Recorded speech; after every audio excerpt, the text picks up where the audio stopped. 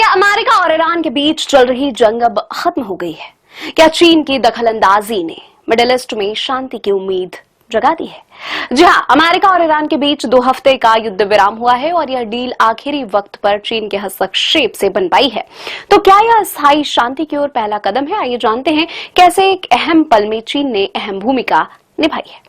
राष्ट्रपति Donald Trump ने Iran को पूरी तरह से नष्ट करने की डेडलाइन दी थी और वह डेडलाइन खत्म होने में बस 1 घंटा बाकी था।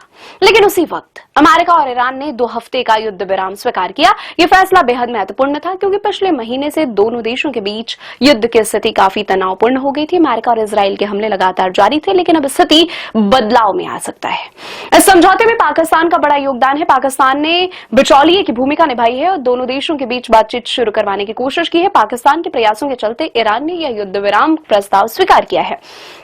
लेकिन इसके पीछे एक और बड़ा कारण था जो इस समझौते को संभव बना सका। चीन, जो कि ईरान का एक अहम सहयोगी है, उसने आखिरी वक्त पर ईरान को मनाया। न्यूयॉर्क टाइम्स के अनुसार चीन ने ईरान से कहा कि वह लचीलापन दिखाए और तनाव को कम करे।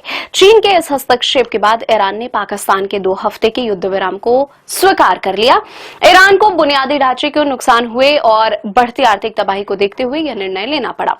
अब दोनों देशों के बीच बातचीत इस्लामाबाद में शुरू होगी। पाकिस्तान ने अमेरिका और ईरान के बीच वार्ता के लिए यह जगह तय की है और शुक्रवार 10 अप्रैल से इन बातचीतों का सिलसिला शुरू हो सकता है। हालांकि ईरान की राष्ट्रीय सुरक्षा परिषद ने यह साफ किया है कि यह युद्ध के अंत का संकेत नहीं है, बल्कि इसे संघर्ष समाप्ति की दिशा में एक कदम माना जा सकता है। तो क्या आखिर युद्ध विराम स्थायी शांति का आधार बनेगा या महज एक अस्थायी ठहराव है? यह देखना होगा कि आने वाले हफ्तों में संघर्ष के समाधान के लिए क्या कदम उठाए जाएंगे। फिलहाल चीन की अहम भूमिका और पाकिस्तान के प्रयासों ने मिडिल ईस्ट में एक नई उम्मीद जगा दी है।